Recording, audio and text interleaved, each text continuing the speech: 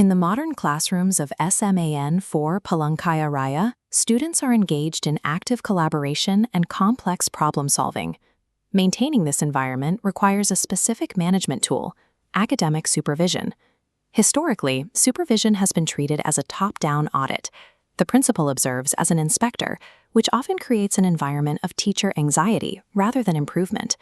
The clinical supervision model replaces that inspection with collaboration.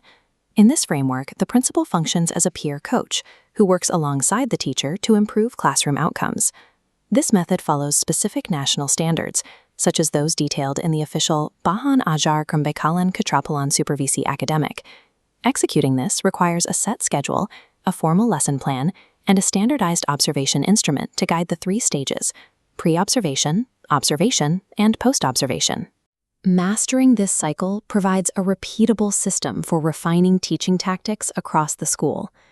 The process begins with the pre-observation phase. This is the alignment stage that happens before the principal enters the classroom. During this meeting, the principal and teacher review the lesson plan, or RPP, together.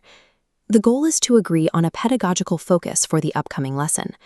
For example, the teacher might be implementing a discovery learning model and need feedback on their student inquiry techniques. It is a mistake for the principal to assign these focus areas unilaterally. Instead, the principal should ask, "Which specific teaching skills would you like me to observe and evaluate today?"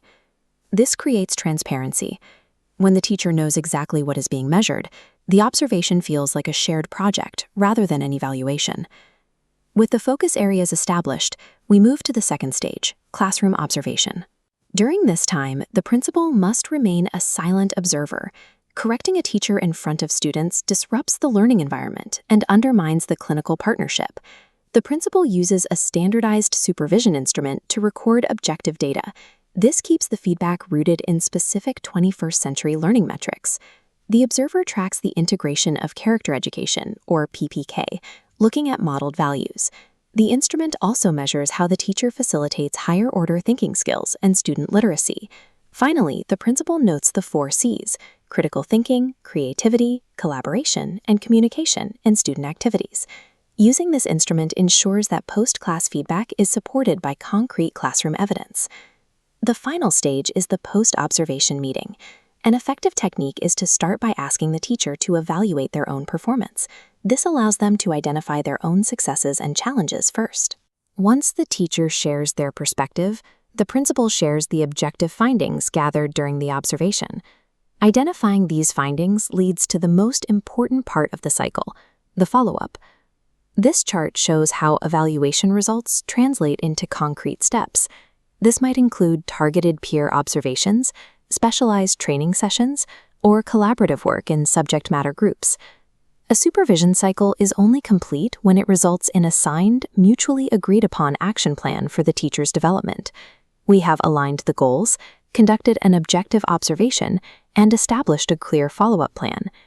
This approach prioritizes the elevation of teaching standards, ensuring that every classroom visit ends with a practical strategy for improvement. This commitment to professional support reflects our national mandate to guide and support educators effectively from behind. To begin, review your calendar today, select a teacher, and schedule your first pre-observation meeting for this week.